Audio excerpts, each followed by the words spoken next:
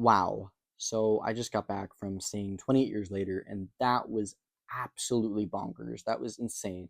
That was baffling. So many of the decisions they made artistically, from an editing standpoint, like story wise, it's crazy. This was insane. This experience. But I'm happy to say I kind of loved it.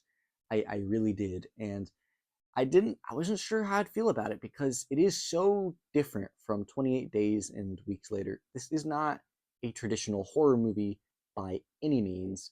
This movie is focusing more on emotion and other like themes besides just horror. I really didn't even find this movie scary at all, to be completely honest. Um, I, I I feel like you'd almost struggle to even call this movie a horror movie, despite there's some very bloody gore and the infected. I mean, they're there, they're creepy, I guess.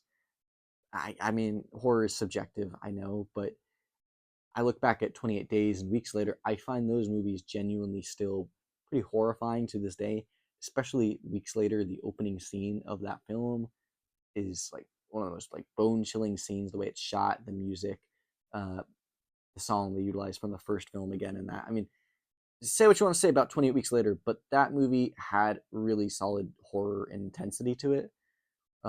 But yeah, this movie really did go a completely different direction than I thought it would go, and the cliffhanger was insane.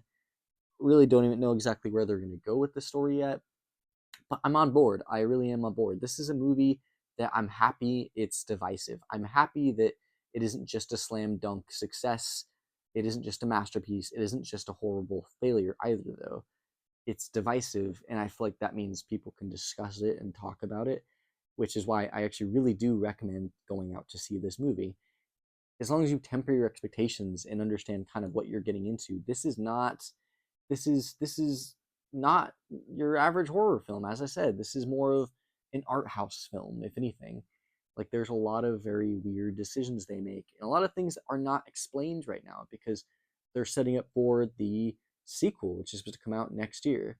But yeah, I mean, I really think that director Danny Boyle and writer Alex Garland are really they're trying to tell something. They're trying to say something thematically, and for some people, it's not working. I know the cliffhanger ending was insane. It's crazy when you watch it. Your jaw is just you're just gonna be like, what the hell? Like that was my reaction to watching the ending. It was just like, what are you guys doing? But I kind of dig it. I kind of like it, and I can't fully explain why without getting into spoiler territory. So otherwise, I just recommend go out and see 28 Years Later.